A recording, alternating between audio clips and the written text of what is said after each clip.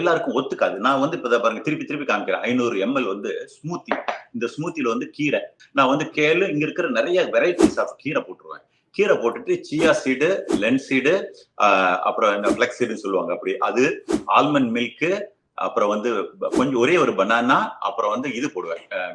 Mixed berries. Berries வந்து powerful anti cancerous. அது one of the best fruits. எப்படி நம்ம ஊர்ல கொய்யாவோ அது மாதிரி இங்க பெரிஸ். இதை நான் போட்டு இதுல வந்து ஒன்னு குடிப்பேன். பிளஸ் சம் டைம் வந்து 2 ஆம்லெட் இதோட சேர்த்து சாப்பிட்டுருவேன். அவ்வளவுதான்.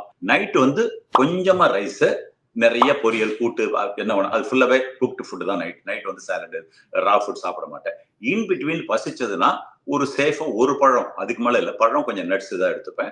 அதே மாதிரி நைட் ஃபுட்ல வந்து பாத்தீங்கன்னா மாறிட்டே இருக்கும். ஒரு நாள் வந்து ரைஸுக்கு வந்து பீன்ஸ் எல்லாமே நல்லது.